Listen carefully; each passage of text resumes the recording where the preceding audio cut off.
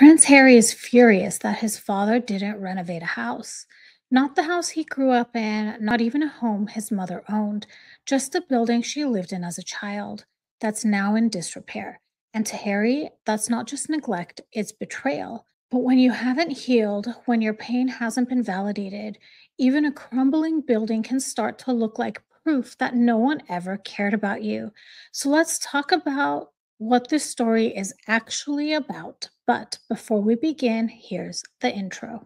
Welcome to Revealing the Narc. Join me as I highlight narcissistic traits in celebrities and public figures. Everything here is in my opinion and not professional advice. If you enjoy the analysis, please like and subscribe. Harry has found another reason to be mad at his father again, but this time it's not about security, it's not about Meghan. It's because King Charles hasn't taken any action to preserve the house that Diana lived in until she was 14. In this video, we're going to talk about the history of this home, and I'm going to share my thoughts on why Harry finds this so painful. Before we get into it, I want to say I'm not defending him, I'm not excusing his behavior, and I'm definitely not saying what he is doing is healthy or rational. What I am doing is using this public moment, Harry being angry over the state of his mother's childhood home, to look at a deeper pattern, one that shows up in real families, real relationships, and real trauma. Because when you've spent years being invalidated and you've taken actions that have resulted in your deep isolation, it can completely distort how you process pain. You start searching for justifications, even if they don't fully make sense. That's what I want to talk about. This isn't about taking sides, it's about noticing the pattern. The article I'm getting this information is titled Why Prince Harry is Slamming King Charles for Ruining Mom Princess Diana's Legacy in a Latest Bitter Royal Rift. You can tell from the language here that this is a highly emotionally charged allegation, a highly emotionally charged situation. And I think there's a lot more that's happening here than meets the eye. The article begins by saying that Prince Harry is said to be fuming over the news that Park House, the Sandringham home where his late mother, Princess Diana, grew up, has fallen into despair and has accused estranged dad, King Charles, of ruining Diana's legacy. Sources claim the Duke of Sussex has viewed Park House's dilapidated condition as the latest act of betrayal from his father.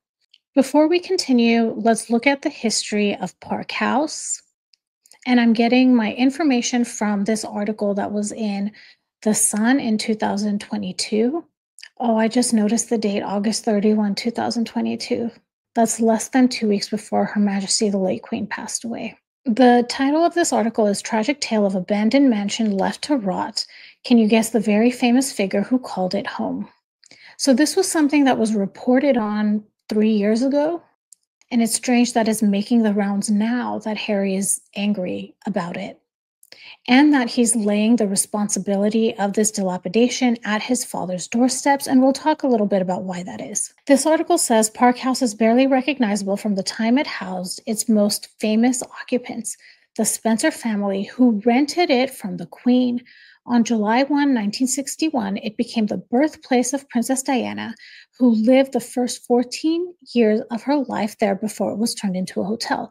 So let's look at the facts here. This is not a home that the Spencer family owned. They rented it from the Queen. The article continues and says Diana's family stayed there until 1976, when her father inherited his title, Earl Spencer, and moved into their stately home. I want to thank the person that came into my comments when I talked about this home another time and mentioned I was pronouncing it wrong, and that it's not pronounced Althorpe, which is how I was saying it, but it's pronounced Althrup House. So I hopefully got that right this time. The article continues and says Park House lies on the Sandringham estate and was donated to an international disability charity in 1983, and it used to serve as a 3-star hotel to help those in need until 2020. And the charity was forced to return the property because renovation costs spiraled. There was a 2.3 million pound plan to increase the number of bedrooms from 16 to 24 and improve accessibility, but it had to be stopped during the pandemic. And now it's become a shell of its glamour. The hotel lies vacant and is stripped of its warm furnishings. So let's get back to this article. A well placed source says seeing how her childhood home has been neglected enrages Harry. He can't believe his father would allow it to get like that. The article then details how Charles has been spending his money, pouring his money into funding projects at the 150-bedroom Sandringham estate, including installing solar panels and a luxurious glamping site. The entire article bothers me, but this part bothers me a lot. So I had to sit with it and think about why. Why does this really strike me the wrong way? This comment, which is reportedly from Harry's side, is criticizing Charles for not spending money the way that they believe Charles should be spending his money. At its core, that's not just a judgment about money, it's a judgment about control. And this kind of framing feels really manipulative. It might be why this is hitting a nerve for me. Judging someone's personal choices, especially those that don't affect the other person, is one of the oldest manipulation tools in the book because it's about control disguised as concern. It shifts power. When someone criticizes how you spend your money, live your life, or set your boundaries, they're subtly saying, you need my approval to make decisions. It flips the dynamic, puts them in a position of authority over your autonomy. It erodes confidence. Repeated judgment over harmless or personal choices can make someone second guess their instincts. That doubt, it's exactly what manipulators want, because a person who doubts themselves is easier to control. It creates guilt where there should be none. By framing normal decisions as selfish or wrong, the manipulator gets you to feel bad for simply honoring your needs, so you're more likely to comply, over explain, or overcompensate. And it masks control as morality. Judgment often comes with a tone of, I'm just saying this for your own good, or it's just my opinion. But opinions that push guilt, shame, or obligation aren't just opinions, they're tools of manipulation. I'm curious to know if you get this vibe when you read this too.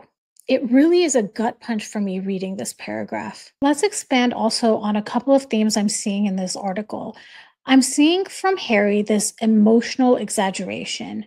He's taking a relatively mundane event, the deterioration of a house that Diana lived in as a child, which wasn't even in her family, and it's inflating it into you're ruining her legacy. This isn't about what Charles did or didn't do. This is about how it feels to Harry. The house is in disrepair, so to him, that means his mother's memory is being disrespected. But that's emotional logic and not objective logic. And this is how trauma talks sometimes. It doesn't ask, is this fair? It says, how dare you make me feel this again? Harry is treating this rented home that Diana lived in until she was 14 years old as sacred ground. Unresolved grief makes you assign symbolic meaning to objects, places, and people that feel safe to protect. It's like the trauma is saying, if I can't protect her now, I can at least protect a symbol of her. Park House isn't a legacy. It's a symbol, but symbols are powerful when you're grieving, especially if that grief has never had room to heal. This house to Harry is a stand in for everything that was taken from him. And when it started to fall apart physically, maybe it matched how he's feeling emotionally. And this was profound to me because maybe Harry's rage isn't just about the house being neglected. Maybe it's because he feels neglected. And this house looks how he feels inside, abandoned, cracked, and forgotten. There could also be displacement of his anger. Displacement is like emotional redirection. You take your fury from one wound and fire it at something else, something that can't argue back. And in this case, it's a house. So, in my opinion, this is not just a house falling apart, it's the physical manifestation of how Harry sees himself: unloved, unprotected, forgotten.